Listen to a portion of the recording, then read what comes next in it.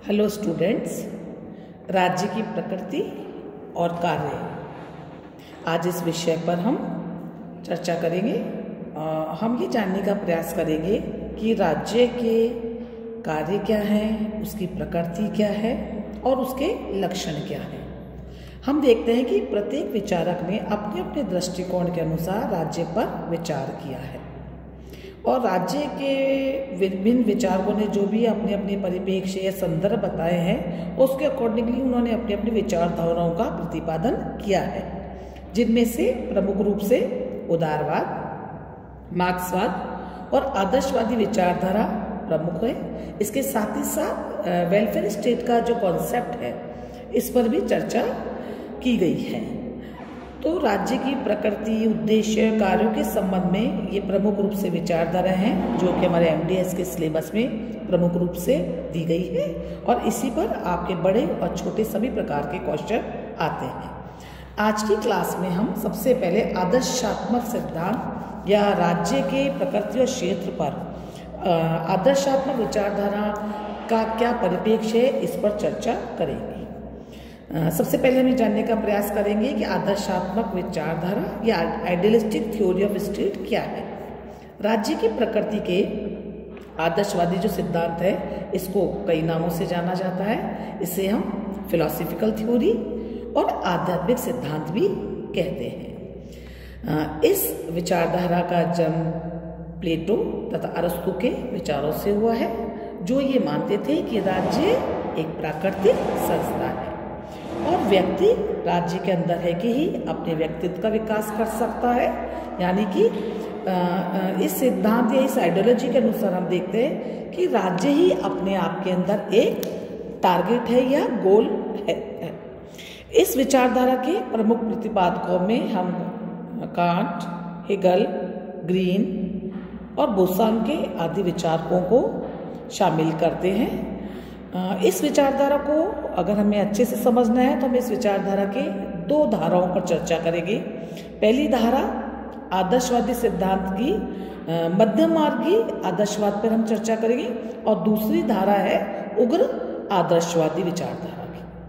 सबसे पहले हम देखेंगे मध्यम मार्गी या जो मीडियम एक मार्ग अपनाते हैं, एक मध्यम मार्ग अपनाते हैं कि राज्य की भूमिका व्यक्ति के जीवन में किस प्रकार की होनी चाहिए। इस विचारधारा का प्रतिपादन कांट और प्रमुख रूप से थॉमस हिल ग्रीन के द्वारा किया गया है। इन दोनों विचारकों का यह मानना है कि राज्य एक नैसर्गिक, आवश्यक यानी कि प्राकृतिक संस्था है और मनुष्य एक सामाजिक प्राणी है और अपनी सामाजिक उसके अंदर जो एक सोशल इंस्टिंक्ट है उसको संतुष्ट करने के लिए उसने सोसाइटी की रचना की है। और हम ये भी अच्छे से जानते हैं कि सोसाइटी का एक सर्वोत्कृष्ट रूप राज्य के रूप में हमारे सामने आता है। तो राज्य मनुष्य के लिए एक अनिवार्य संस्था है क्योंकि उसके अंदर है कि ही व्यक्ति अपने व्यक्तित्व का विकास कर सकता है। इस विचारधारा का दूसरा पॉइंट ये है कि राज्य एक नैतिक संस्था भी है, एक मॉरल इंस्टीट्यूशन है और मनुष्य इसके अंतर्गत रह के ही सभी आदर्शों का पालन करके अपने व्यक्तित्व का विकास कर सकता है, क्योंकि राज्य ही उसके लिए ऐसी कंडीशंस, ऐसा वातावरण तैयार करता है जिसके अंतर्गत रह करके व्यक्ति सदाचार के नियमों का पालन करता है। तो इस प्रकार हम कह सकते हैं कि राज्य एक मॉरल इंस्टीट्यूशन है और व्यक्ति को अपना नैतिक जीवन व्यतीत करने के लिए जो भी आवश्यक परिस्थितियों की रिक्वायरमेंट होती है वो राज्य द्वारा उसके लिए उपलब्ध कराई जाती है। ये एक मध्यम मार्गीय आदर्शवादी विचारधारा है।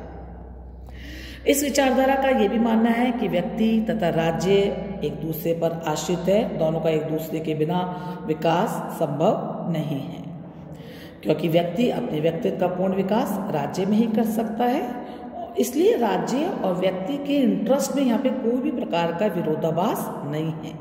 जिस प्रकार शरीर के जो अंग होते हैं और कोई अगर अलग अंग की हम कोई एक कल्पना भी नहीं कर पाते कि शरीर से पृथक होकर के किसी भी अंग का कोई अस्तित्व नहीं होता है, उसी प्रकार राज्य के बिना व्यक्ति अगर उसे अलग हो जाता है तो न तो उसका कोई व्यक्तित्व रहेगा, न ही उसके अंदर कोई इच्छा शक्ति रहेगी। इसलिए इसके साथ ही एक बात और जुड़ी आ जाती है कि जब व्यक्ति और दोनों एक दूसरे पर अन्य आश्रित है और दोनों एक दूसरे के बिना नहीं रह सकते हैं, तो व्यक्ति को राज्य के विरुद्ध कोई आंदोलन करने का या उसको छोड़ने का कोई अधिकार भी प्राप्त उसके अंदर नहीं है। यानी कि वो राज्य के प्रति कोई भी प्रकार का विरोध या विद्रोह वो नहीं कर सकता है। तो इस प्रकार हमने देखा कि ये जो आदर्शवादी विचारधारा है, मध्यम मार्ग का दृष्टिकोण लेके चल रही है, जो व्यक्ति के लिए राज्य को आवश्यक मानती है।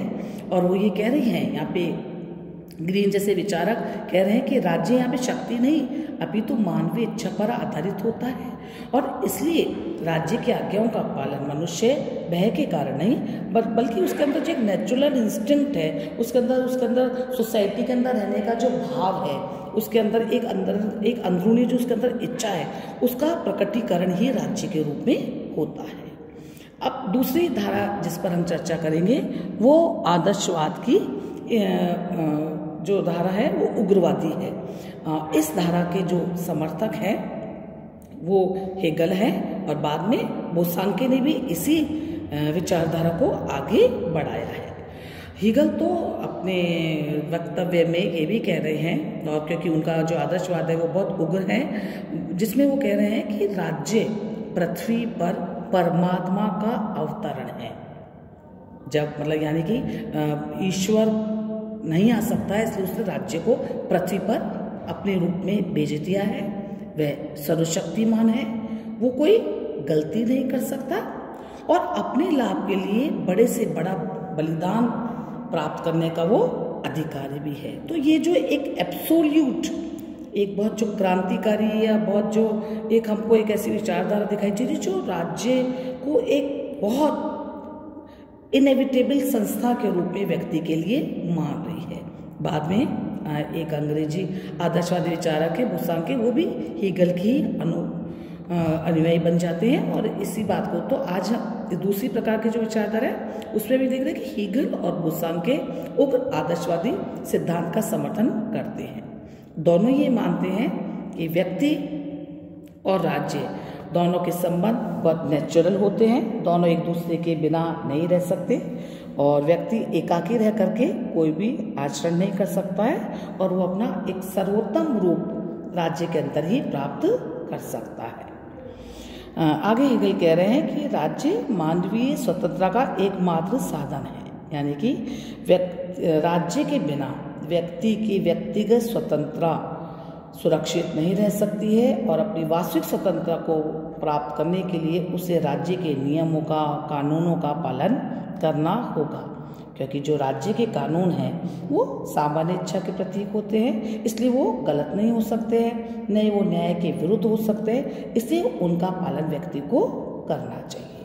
हेगल अपनी बात को आगे बढ़ाते हुए ये कहते हैं कि राज्य ही नैतिकता का एक अल्टीमेट सोर्स है, क्योंकि राज्य अपने कार्यों में नैतिक नियमों से मर्यादित नहीं होता, बल्कि वो तो स्वयं सोर्स है जो पूरी अपने नागरिकों को सामाजिक नैतिकता का पाठ पढ़ाता है। इसलिए वो बोसांके के शब्दों में हम एक बात कह सकते हैं कि उसके लिए राज्य एक विश्वव्यापी एक नैतिक संगठन बन जाता है, जहाँ पे व्यक्ति अपने स्वार्थों को त्याग करके, त्याग की भावना को त्याग करके राज्य के साथ जुड़ जाता है, और ये सारी व्यवस्था राज्य उसके लिए इस प्रकार का वातावरण बना देता है कि व्यक्ति यहाँ अपनी सारी बुराइयों का त्याग कर करके एक विश्वव्यापी नैतिक संस्था के रूप में राज्य को देखता है। जब हम इस उग्र आदर्शवाद के इन सभी पहलुओं को देखते हैं तो हम ये देखते हैं कि जब राज्य का स्वरूप इतना विशाल और विराट हो जाता है, जब व्यक्ति का अस्तित्व उसके बिना कुछ नहीं होता है, तो ऐसे राज्य के विरुद्ध कोई भी प्रकार के विद्रोह का अधिकार नागरिकों को नहीं होता है। और यहाँ पे व्यक्ति का जो संपूर्ण जीवन है वो राज्य पर ही केंद्रित है, और वो उसके अलावा उसकी कोई सोच, कोई उसकी अपनी आइडेंटिटी नहीं होती है।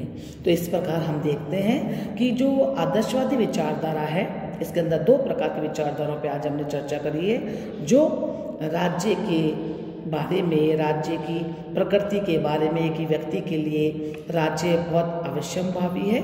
कल की क्लास में हम राज्य के कार्यों के संबंध में आदर्शवादी विचारधारा क्या कहती है इस पर चर्चा करेंगे। Thank you.